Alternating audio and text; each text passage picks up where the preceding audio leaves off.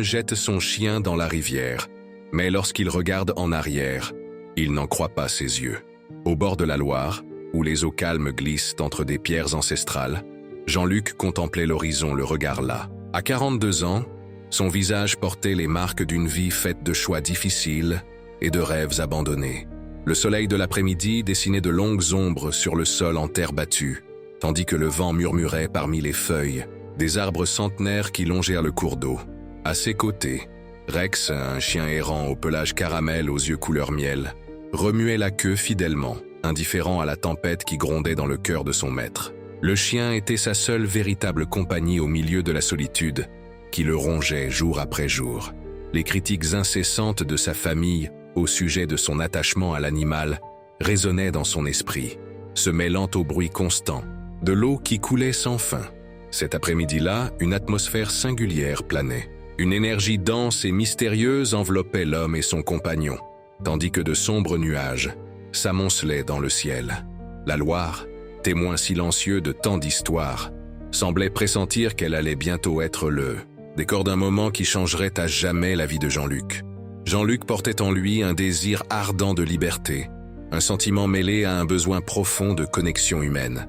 Dans sa routine solitaire, seul Rex lui offrait l'affection inconditionnelle qu'il aspirait tant à recevoir. Le chien, par sa loyauté inébranlable, était devenu bien plus qu'un simple animal de compagnie. C'était son confident, silencieux, celui qui ne jugeait ni ses choix ni ses échecs. Dans la petite maison au bord de la Loire, où il vivait depuis 5 ans, les murs gardaient les échos de disputes familiales et de récriminations incessantes. Ses frères et sœurs ne comprenaient pas comment un homme adulte pouvait consacrer tant de temps et d'amour à un simple chien errant, tandis que sa mère insistait pour qu'il se reprenne en main et fonde une famille. Mais pour Jean-Luc, Rex représentait bien plus qu'une simple compagnie. Il était la personnification de l'acceptation qu'il n'avait jamais trouvée ailleurs. Les matins froids, lorsqu'ils partaient ensemble se promener le long de la rive, le chien le suivait avec une dévotion qui resserrait son cœur. Dans les moments de désespoir, lorsque les factures s'accumulaient et que le travail se faisait rare, c'étaient les yeux couleur miel de Rex qui le maintenaient debout, lui rappelant qu'il restait encore de la beauté dans le monde. Entre les ombres des arbres et le murmure des eaux, l'homme et son chien avaient construit leur propre univers de compréhension mutuelle. Cependant, les pressions extérieures croissaient de jour en jour, menaçant de briser l'équilibre fragile qu'ils avaient trouvé. La liberté que Jean-Luc cherchait semblait de plus en plus lointaine, tandis que le poids des attentes d'autrui l'étouffait lentement. Au cœur de cet après-midi sombre, le dilemme de Jean-Luc atteignit son paroxysme lorsque sa grande sœur, Régine, fit irruption de façon inattendue dans sa maison. L'air lourd et la tension palpable entre eux se faisaient sentir, tandis que Rex, sentant l'atmosphère chargée, se blottissait dans un coin de la modeste pièce. Régine, d'un ton toujours critique, entama une fois de plus son discours sur la manière dont Jean-Luc gâchait sa vie. Ses paroles tranchantes résonnaient dans toute la maison. « Tu dois arrêter cette obsession pour ce chien. Maman est dévorée d'inquiétude en te voyant jeter ta vie par la fenêtre à cause d'un chien errant. » Le visage de Jean-Luc se crispa dans une expression de douleur et de colère contenue. Les mots de Régine étaient autant de poignards enfoncés dans sa poitrine, chacun plus profond que le précédent. Le bruit lointain de la Loire semblait s'amplifier, comme s'il accentuait la tourmente qui le déchirait de l'intérieur. La dispute s'intensifia lorsque Régine évoqua une opportunité professionnelle à Paris. C'était une chance, réelle de renouveau, mais elle exigeait que Jean-Luc déménage dans la capitale. « Tu ne peux pas emmener ce chien dans un appartement. Il est temps de grandir, d'assumer tes responsabilités », s'exclamait-elle en gesticulant avec véhémence. Rex, percevant l'agitation, s'approcha de Jean-Luc et posa son museau sur sa main, comme il le faisait toujours dans les moments difficiles. Mais cette fois, ce geste de réconfort ne fit qu'intensifier le conflit intérieur de son maître. Les paroles de sa famille, accumulées au fil des ans, se mêlaient à ses propres doutes et peurs. Le poids des attentes familiales, combiné à la pression financière et au sentiment d'échec, formait une tempête dans son esprit. Les murs de la petite maison semblaient se refermer sur lui, tandis que le murmure de la Loire appelait, tel un écho ancien et mystérieux, promettant une solution à ses problèmes. Dans la cuisine, La dispute atteignit son paroxysme lorsque Régine saisit le portrait encadré de Jean-Luc avec Rex, accroché sur le réfrigérateur. « Ce n'est pas une vie de Jean. Tu dois te réveiller et affronter la réalité », cria-t-elle, frappant le cadre contre la table. Le fracas du verre se brisa comme une déchirure dans la conscience de Jean-Luc. Quelque chose en lui se fissura à cet instant précis. Ses yeux, autrefois embués de tristesse, reflétaient désormais une détermination sombre. La Loire poursuivait son appel implacable, ses eaux obscures promettant une libération que Jean-Luc désirait ardemment. Alors que Régine poursuivait son sermon, Jean-Luc fixait par la fenêtre les eaux tumultueuses de la Loire. Une idée naissante se forma dans son esprit, une solution radicale qui pourrait enfin faire taire les voix qui le hantaient. Le vent se faisait plus fort, faisant gémir les arbres centenaires, comme si la nature elle-même pressentait la décision imminente. Dans la cour, Rex jouait, insouciant de la tempête qui se préparait dans le cœur de son maître. Le chien, dans son innocence, ne pouvait imaginer que son univers allait être bouleversé. Les nuages sombres qui s'accumulaient dans le ciel semblaient annoncer la tragédie à venir, tandis que la Loire murmurait des promesses de liberté à un prix bien plus élevé que ce que Jean-Luc pouvait imaginer. Le son du corps de Rex frappant l'eau résonna tel un cri silencieux. Les eaux l'avalèrent rapidement, l'emportant dans le tourbillon sans pitié. Jean-Luc, pétrifié, observait, partagé entre l'horreur et une étrange sensation de délivrance. Mais quelque chose changea à l'instant suivant. Lorsqu'il se retourna enfin, son cœur se figea. Ce qu'il vit défiait toute raison. Quelque chose d'absolument inattendu se produisait dans la rivière, un phénomène défiant toute logique et compréhension rationnelle. La réalité se fragmentait, devant ses yeux, révélant un mystère qui allait transformer à jamais cet après-midi sombre, au bord de la Loire. Le bruit du corps de Rex heurtant l'eau fendit l'air tel un cri muet. Les eaux troubles de la Loire l'avalèrent rapidement, le transportant dans un courant violent. Jean-Luc resta immobile, ses yeux rivés sur l'endroit où le chien avait disparu, submergé par un mélange d'horreur et d'une étrange sensation de libération qui le paralysait. Le courant dansait furieusement, créant des tourbillons qui semblaient dissimuler des secrets ancestraux. Le vent hurlait parmi les arbres, comme si la nature protestait contre cet acte de cruauté. Jean-Luc ressentait le poids de sa propre action, une culpabilité qui le rongeait lentement, transformant chaque seconde en une éternité angoissante. C'est alors que l'inexplicable commença à se produire. Au moment précis où Jean-Luc se préparait à se retourner, quelque chose changea dans le flux de l'eau. Une lueur étrange, presque surnaturelle, émergea de la Loire. Ce n'était ni le reflet du soleil, ni un simple mouvement du courant. C'était quelque chose défiant complètement la compréhension humaine. Les yeux de Jean-Luc s'écarquillèrent, sa respiration se figea. Ce qu'il voyait n'était pas réel. Les eaux semblaient prendre vie, dessinant des formes et des mouvements défiant toute logique naturelle. Rex ne se débattait pas seulement contre le courant. Quelque chose de bien plus profond et mystérieux était en train de se produire. Une énergie étrange pulsait dans l'air, hérissant les poils à l'arrière du cou de Jean-Luc. Les sons alentours paraissaient lointains, étouffés par une vibration quasi musicale émanant de la Loire. C'était comme si l'environnement tout entier réagissait à cette scène, témoin d'un moment dépassant les limites de la réalité ordinaire. Au cœur de ce chaos liquide, quelque chose prenait forme. Ce n'était plus exactement Rex tel qu'il le connaissait, mais une entité défiant toute compréhension. Une transformation inexplicable s'opérait, révélant un mystère qu'il n'aurait jamais pu imaginer. Jean-Luc sentit son monde s'effondrer. Chaque certitude qu'il avait bâtie se fragmentait devant ses yeux, tandis que la scène devant lui le poussait à comprendre quelque chose bien au-delà de sa perception limitée de la réalité. Lorsqu'il se retourna enfin, son corps tout entier trembla. Ce qu'il voyait défiait toute explication rationnelle. C'était quelque chose d'extraordinaire, d'inexplicable, au point que ses jambes fléchirent, et il comprit que sa vision du monde venait de changer à jamais. La Loire poursuivait son cours implacable, gardant le secret de cet instant unique. Et Jean-Luc, complètement hébété, attendait la révélation qui était sur le point de tout transformer. Le bruit de la rivière se faisait de plus en plus intense à mesure que Jean-Luc avançait sur ses rives.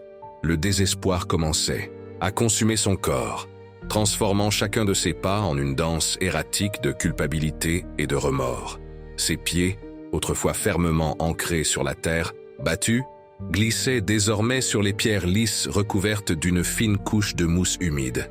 Les eaux de la Loire semblaient jouer avec sa souffrance, tantôt dissimulant Rex dans leur profondeur trouble, tantôt révélant brièvement le pelage caramel du chien luttant contre le courant. Chaque mouvement de Rex était un coup porté au cœur de Jean-Luc, un rappel silencieux de la trahison qu'il venait de commettre. La rivière prenait vie à cet instant. Ses eaux, jadis paisibles, se transformaient en un kaléidoscope de mouvements imprévisibles. De petits tourbillons se formaient, comme si la nature elle-même tissait un commentaire sur le drame qui se déroulait. Jean-Luc se mit à courir, les muscles tendus, la respiration haletante. Ses yeux oscillaient entre les eaux agitées et le chemin irrégulier de la rive.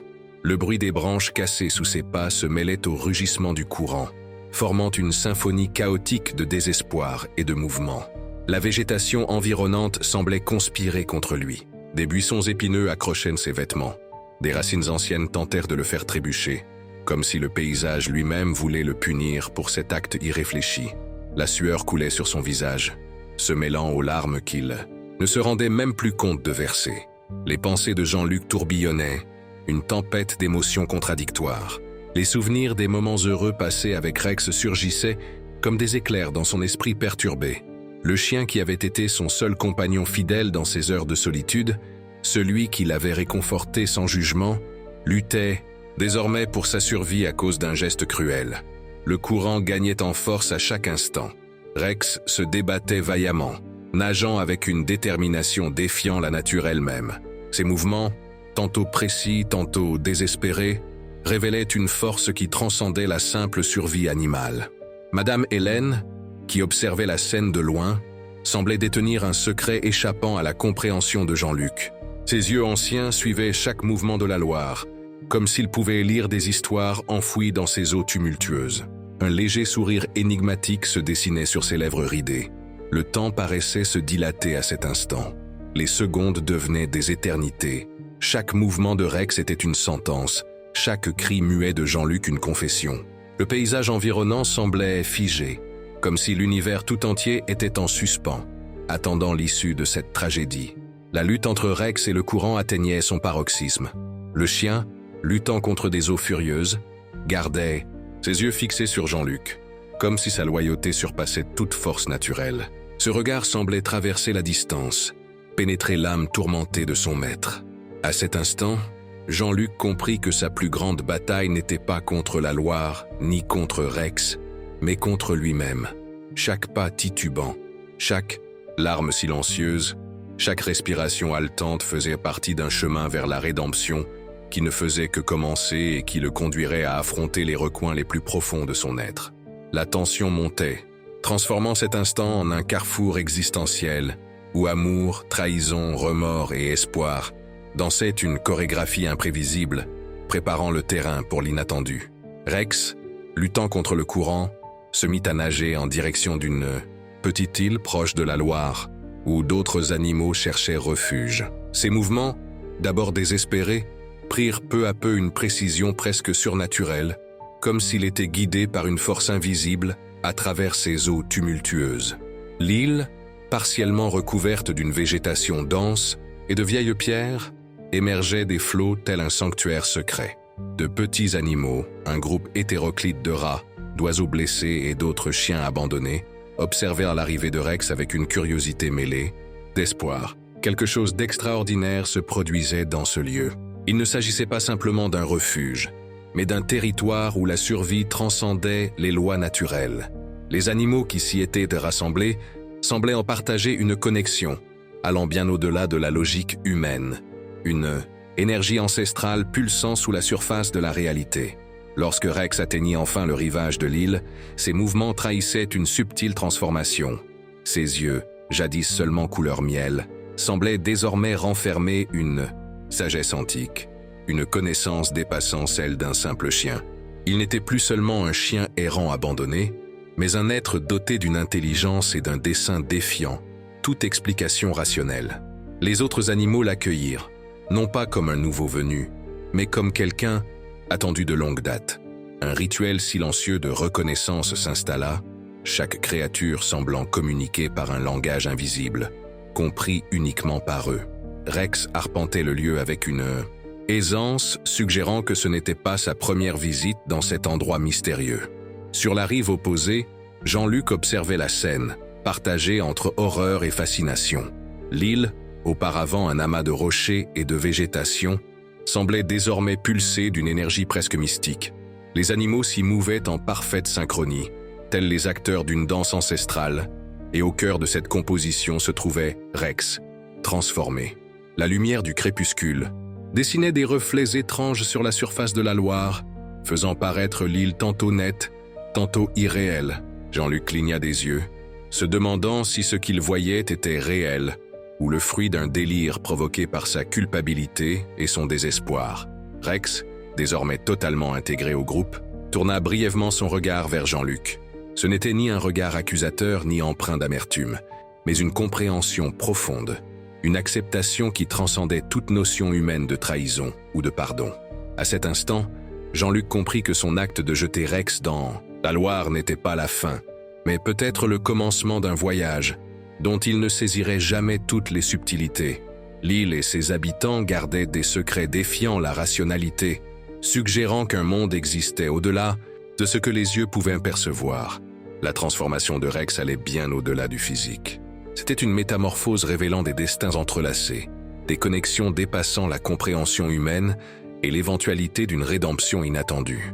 Le désespoir de Jean-Luc grandissait à chaque seconde qui passait. Les pieds nus glissaient sur les pierres lisses de la berge, tandis que ses vêtements trempés de sueur et d'eau se mêlaient à la boue glissante. Le courant semblait prendre vie, le défiant à chaque mouvement, alors que Rex luttait contre les eaux tumultueuses. Les yeux de Jean-Luc se portaient frénétiquement entre la rivière en furie et la trajectoire incertaine de son chien.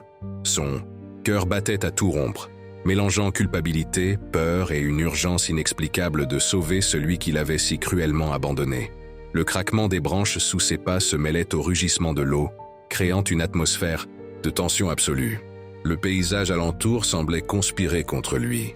Des buissons épineux accrochaient ses vêtements. Des racines anciennes tentèrent de le faire trébucher, comme si la nature elle-même voulait le punir pour cet acte irréfléchi. La sueur et les larmes se confondaient sur son visage, trahissant la lutte intérieure qui faisait rage en lui. La détermination de sauver Rex surpassait toutes ses craintes et ses limites physiques. Jean-Luc savait qu'il devait plonger dans la Loire, quoi qu'il en coûte. Chaque souvenir partagé avec le chien, les moments de solitude, la fidélité inébranlable, le poussaient à aller de l'avant, comme si sa propre rédemption dépendait de ce sauvetage. Sans hésiter, Jean-Luc se jeta dans les eaux de la Loire. L'impact fut brutal, le courant l'engloutissant complètement, éprouvant chaque muscle, chaque réserve de force qu'il possédait. Ce n'était plus seulement un sauvetage, mais une déclaration d'amour, une tentative désespérée de réparer son erreur la plus profonde. L'eau l'enveloppait, froide et implacable. Ses mouvements étaient guidés par une énergie dépassant la raison, pure émotion, pur remords transformé en action. Chaque coup de bras représentait bien plus qu'un simple geste pour sauver Rex. C'était une lutte contre lui-même, contre ses choix, contre la solitude qui le rongeait.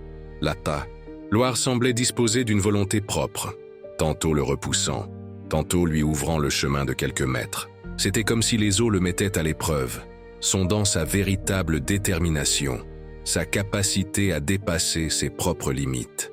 Madame Hélène, observant depuis la berge, esquissait un sourire énigmatique. Ses yeux anciens semblaient détenir un secret échappant à la compréhension de Jean-Luc. La vieille dame restait immobile, mais sa présence agissait comme un phare silencieux, guidant ce périple improbable vers la rédemption. À chaque mouvement, Jean-Luc sentait que quelque chose d'extraordinaire se préparait. Il ne savait pas quoi, mais une énergie singulière vibrait dans l'air, une impression que son destin et celui de Rex allaient s'entrelacer d'une manière qu'il n'aurait jamais pu imaginer. Au moment critique où ses mains finirent par atteindre le pelage de Rex, une magie étrange s'opéra. Une lueur inédite enveloppa les deux êtres, comme si une énergie ancestrale venait les unir. La Loire sembla se figer un instant, suspendant le temps et créant un pont entre le réel et le mystique. Rex ne montrait aucune peur. Ses yeux, toujours couleur miel, brillait désormais d'une sagesse qui défiait toute explication rationnelle.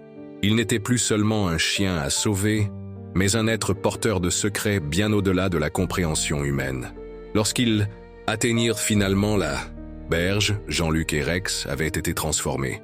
Ils n'étaient plus simplement un homme et son chien, mais deux âmes ayant franchi le seuil d'un passage vers la rédemption. Le paysage alentour paraissait différent, comme si l'univers lui-même avait été recalibré par ce face-à-face. Madame Hélène, toujours en retrait, souriait avec une assurance tranquille. Ses yeux ridés captaient chaque détail de ce moment sacré, témoin d'un événement bien plus grand qu'un simple sauvetage. La Loire, fidèle gardienne des Sahas, secret, poursuivait son cours éternel, dissimulant l'énigme de cette improbable histoire d'amour et de pardon. Ce que Jean-Luc vit à cet instant défiait toute logique. Quelque chose d'extraordinaire s'était produit dans ces eaux tumultueuses.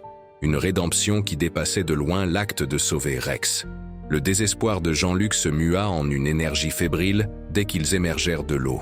Rex, complètement trempé, secouait son pelage caramel, projetant des éclats de gouttelettes scintillant sous les derniers rayons du soleil couchant. Leur corps, épuisé, tremblait autant sous le poids de la fatigue que sous l'intensité émotionnelle du sauvetage. Jean-Luc serra Rex dans ses bras avec une force révélatrice de plus que de simples remords.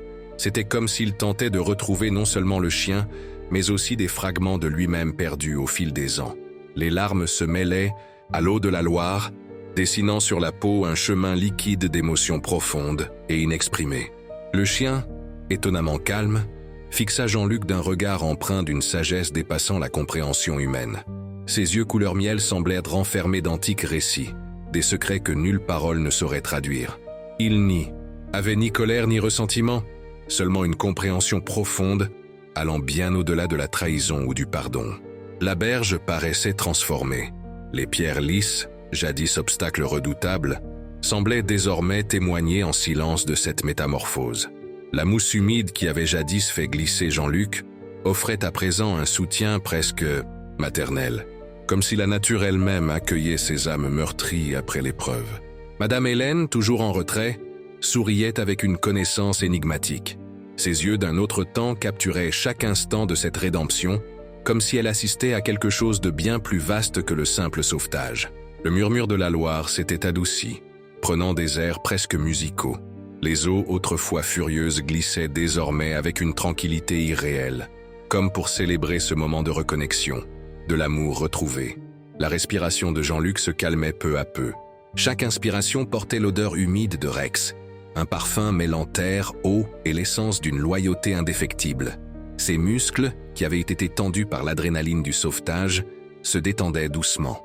De son côté, Rex restait collé à Jean-Luc, non plus comme un animal apeuré, mais tel un gardien fidèle.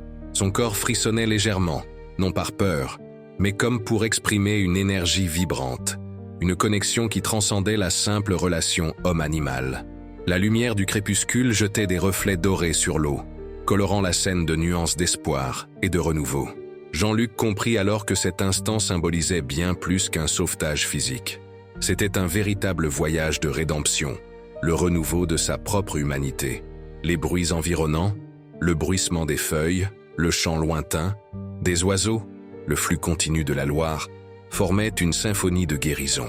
Chaque élément de la nature semblait conspirer pour soutenir cette transformation, comme si l'univers tout entier était complice de ce miracle intime. Lorsque, enfin, ils se relevèrent, Jean-Luc et Rex n'étaient plus les mêmes.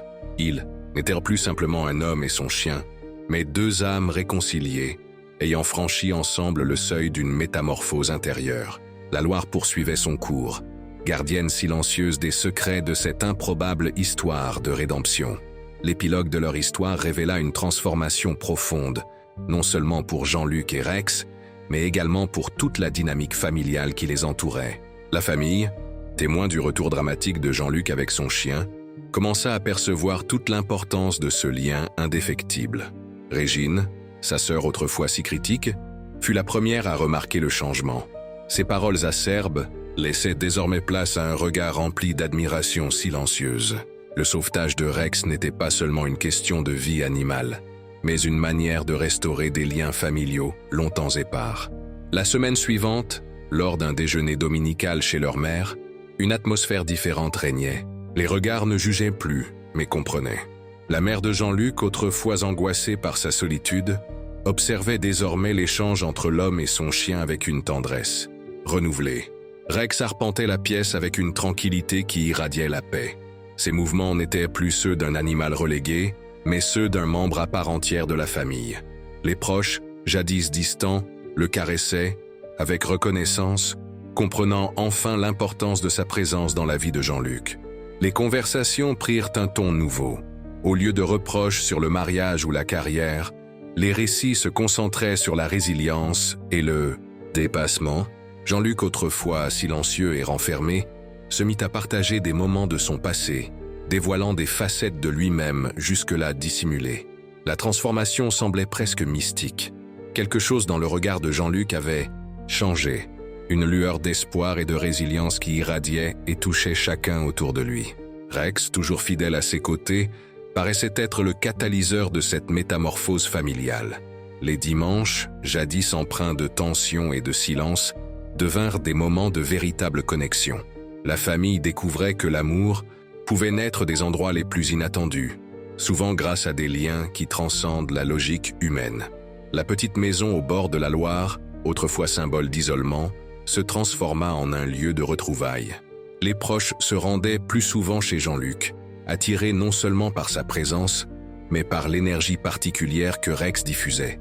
Les attentes sociales, jadis oppressives, firent place à une compréhension plus profonde de l'essentiel, la connexion, le pardon et l'amour inconditionnel. Jean-Luc n'avait plus besoin de prouver sa valeur aux yeux du monde, car il avait enfin trouvé sa force intérieure. L'histoire de Jean-Luc et de Rex devint presque légendaire dans la région. Madame Hélène, la sage qui avait assisté au sauvetage, évoquait parfois le miracle de la Loire, nourrissant une narration d'espoir qui dépassait l'événement lui-même. Dans les yeux de Jean-Luc régnait désormais une paix qu'aucune réussite matérielle ne pourrait offrir. Il avait découvert que sa véritable force ne résidait pas dans la conformité aux attentes sociales, mais dans l'acceptation de sa vulnérabilité et la reconnexion à ce qui avait vraiment de l'importance. Rex, bien plus qu'un simple chien, était devenu le reflet d'une loyauté inébranlable, défiant toutes les conventions. Cette histoire résonne comme un appel silencieux à chacun de nous pour réfléchir à ses propres batailles intérieures, au moment où nous nous éloignons de ce qui nous définit vraiment.